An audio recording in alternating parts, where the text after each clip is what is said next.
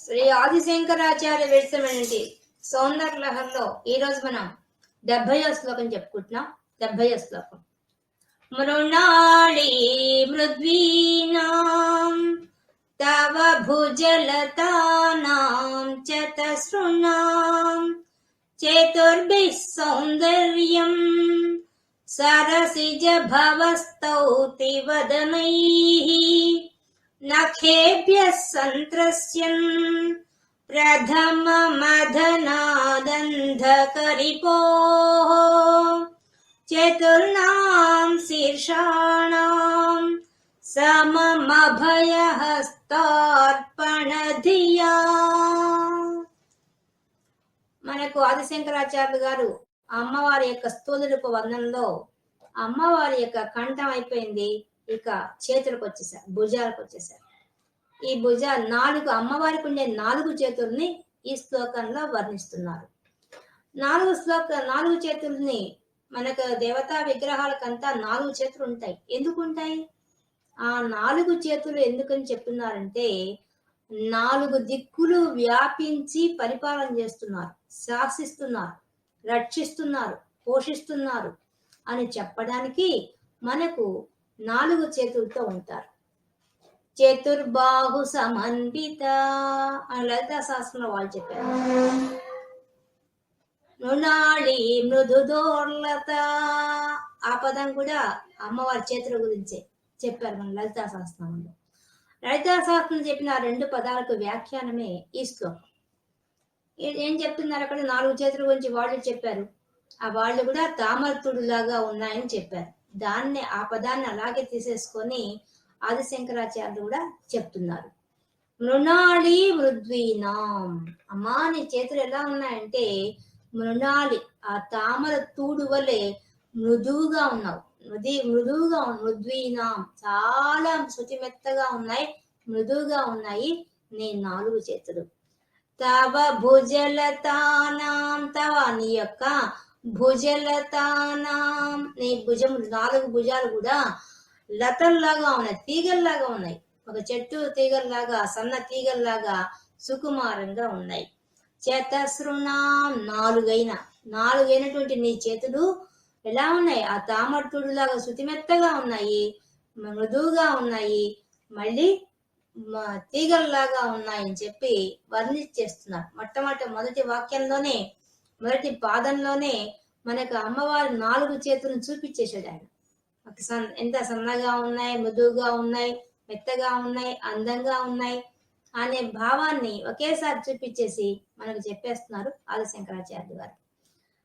ఇంకా చతుర్భి సౌందర్యం సరసిజ భవస్తౌతి వదనైః, అమ్మ నీ యొక్క 4 చేతులని కూడా చతుర్భి 4 అయినటువంటి 4 వదనైః, 4 ముఖాలు గలవాడు ఎవరు? సరసిజ భవ, పద్మం తామరలోంచి పుట్టినవాడు.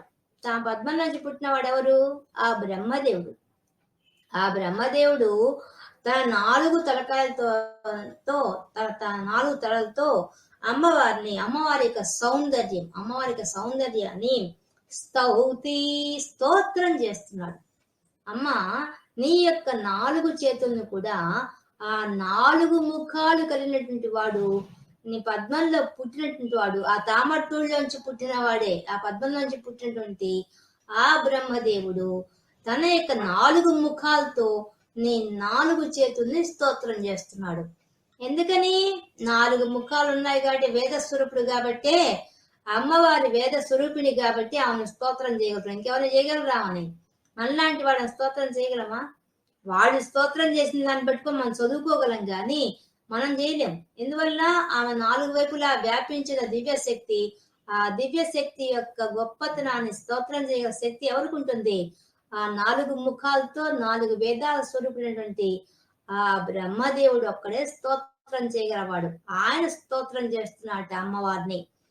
చతుర్భి సౌందర్యం, 4 ముఖాలు, 4 అయినటువంటి సౌందర్యం, నీ యొక్క అందాన్ని. సరసిజ భవ, సరసిజ భవ అంటే పద్మంలో పుట్టాడు, దేంట్లో? పద్మం నుంచి పుట్టినవాడు. స్తౌతి విష్ణుమూర్తి యొక్క నాభి నుండి వచ్చిన పద్మంలో నుంచి పుట్టినవాడు ఆ బ్రహ్మదేవుడు. స్తౌతి స్తోత్రం చేస్తున్నాడు. వదనై తన 4 ముఖాలతో అమ్మా నేను స్తోత్రం చేస్తున్నాడు ఆ బ్రహ్మదేవుడు. ఇంతకు ఎందుకు చేస్తున్నాడు అనుకుంటున్నావు? నఖేభ్య సంత్రస్యన్, అమ్మా ఆయన గోళ్లకు భయపడి నిన్ను స్తోత్రం చేస్తున్నాడమ్మా. నఖేభ్య సంత్రస్యన్, గోళ్లకు ఎందుకు భయపడుతున్నాడు ఆయన? గోళ్ళేంది, భయపడ్డం ఏంది? నిలుస్తారు. ప్రథమ మదనాదందకరిపో,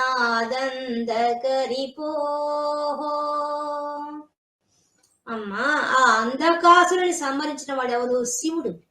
ఆ శివుడు ఈ యొక్క బ్రహ్మదేవుని కూడా మొదట 5 శిరస్సులు ఉన్నాయి, 5 తలలు ఉన్నాయి.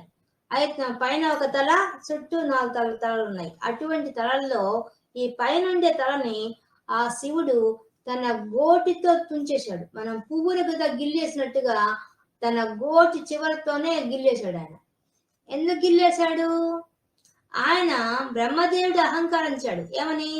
నాకు కూడా శివుడిలాగా 5 తలకాలున్నాయి, నాకు శివుడికి తేడా ఏముంది? ఆయన నా 5 తలకాయలు, నాకు 5 తలకాయలు ఉన్నాయి, నేను శివుడు ఒకటే, నేను శివుడి కంటే నేను కూడా ఎక్కువే, శివుడిలాగా నేను కూడా ఎక్కువే అన్నట్టుగా అహంకరించాడు. అహంకరించడంతో శివుడి కోపం వచ్చేసింది. తనెక్కడే తన కింద పనిచేసేవాడు కదా బ్రహ్మదేవుడు, కానీ తనతో సమానంగా మాట్లాడేసరికి ఆయన కోపం వచ్చి తనలోంచి రుద్రుడిని పుట్టించి ఆ రుద్రుడు వచ్చేసి తన గోటితో ఆ పైన తలకాయని గిల్లేశాడు. గిల్లేస్తే ఆయన చేతికి అతుక్కోపోయింది ఆ తల కాస్త, ఆ కపాలం. అది అంటుకోపోతే దాన్ని పోగొట్టడం కోసం పాప ఆయన అన్ని కష్టాలు పడి భిక్షం ఎత్తుకొని మరి పోవాల్సి వచ్చింది. దానికంతా అది కళ. కాబట్టి ఆ విధంగా ఆ బ్రహ్మదేవుడి యొక్క తలను ఆ శివుడు తీసేశాడు. అందువలన అప్పటి నుంచి ఆ గోళ్ళకు భయపడుతున్నాడు. అంతేకాదు, ఒక తల తీయగానే ఆ బ్రహ్మదేవుడు పోయి వెంటనే అమ్మవారి యొక్క పాదాలు పట్టుకొని అమ్మా నీ 4 చేతులతో నా మిగతా 4 తలకాయలు రక్షించమ్మా అని మొరబెట్టుకున్నాడు. మొరబెట్టుకునేసరికి అమ్మవారు అభయం ఇచ్చేశారు. నేను చూసుకుంటానులే, నీ తలకాయలకు వచ్చిన ఇబ్బంది ఏం లేదు, నీ 4 శిరస్సులు క్షేమంగా ఉంటాయని అమ్మవారు అభయం ఇచ్చారు. అభయం ఇవ్వగానే అది చూసి శివుడు పెద్దగా నవ్వుకున్నాడు. ఎందుకు? తన ఒక తల తీసేయంగానే వెంటనే పోయి అమ్మవారిని పాదాలు పట్టుకొని ఆ 4 తలను రక్షించమని చెప్పి కోరడంతో శివుడు నవ్వేశాడు. ఇప్పుడు చూడండి, ఈ శ్లోకంలో ప్రతి శ్లోకంలో మనకు శివశక్తులు ఇద్దరిని చూపిస్తాడు ఆదిశంకరాచార్యుడు. ఇప్పుడు అంధకాసురుని సంబంధించినటువంటి ఆ శివుణ్ణి మనకి ఇప్పుడు ఈ శ్లోకంలో చూపించేశాడు. అంటే శివుణ్ణి అమ్మవారిని ఇద్దరిని చూపిస్తున్నాడు. అమ్మవారి చేతులు చూపిస్తున్నాడు, అయ్యవారిని చూపిస్తున్నాడు.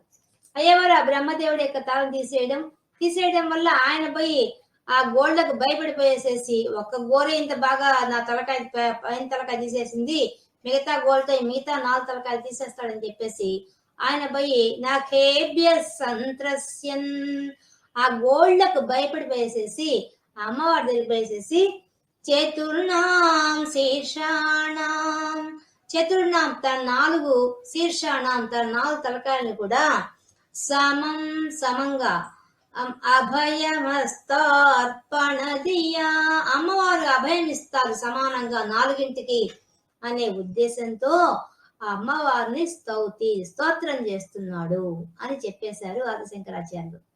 చూడండి, ఈ విధంగా ఇప్పుడు మనం ఎక్కడున్నాం? ఆ 4 చేతులే చూస్తున్నాం అమ్మవారివి.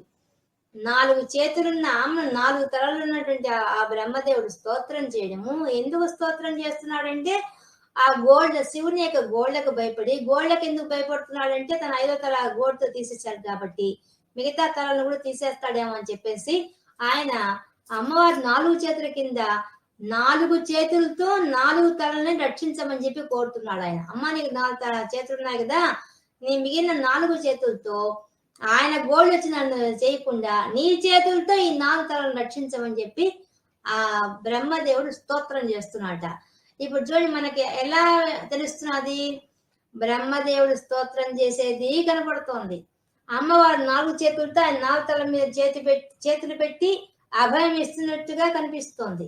ఇప్పుడు 4 చేతులు కనిపిస్తున్నాయి మనకి. అలాగే శివుడు కనిపిస్తున్నాడు. శివుడు ఎందుకు? శివుడు ఆ గిల్లేసిన చేతి ఆ పైన తల గిల్లేశాడు కదా, దాని ప్రకారం శివుడు కనిపిస్తున్నాడు. ఇక్కడ ఒకే శ్లోకంలో బ్రహ్మదేవుడు కనిపిస్తున్నాడు, అమ్మవారి 4 చేతులు కనిపిస్తున్నాయి, ఆ శివుడు కనిపిస్తున్నాడు. ఇది ఆదిశంకరాచార్య యొక్క చాతుర్యం.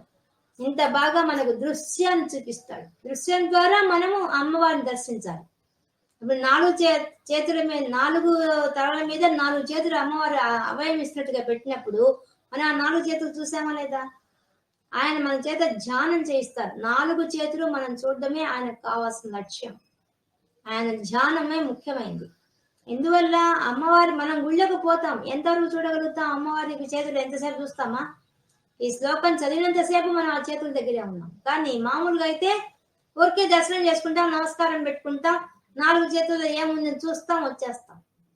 కానీ మళ్ళీ ఆ 4 చేతులు వాళ్ళకి బాగా అలంకారాలు చేసి ఉంటారు. ఇంకా అమ్మవారి నిండా పూలు అలంకారం చేశారంటే ఆ 4 చేతుల్లో ఏముందో కూడా కనిపిస్తుంది మనకి. అసలు కానీ కొన్ని గుళ్ళలో అసలు ఏం కనిపిస్తుంది, మొత్తం పూలమాలలు వేసేసి అలంకారం చేసేసి ఉంటారు. అప్పుడు మనం చూసే అవకాశం కూడా ఉండదు. కానీ ఈయన మనం ప్రత్యక్షంగా చూస్తే ఏ విధంగా దర్శిస్తామో ఆ విధంగా మన చేత దర్శింపజేస్తున్నాడు ఈ శ్లోకం ద్వారా. కేవలం శ్లోకం ద్వారా మాత్రమే. అది ఆదిశంకరాచార్యుడు.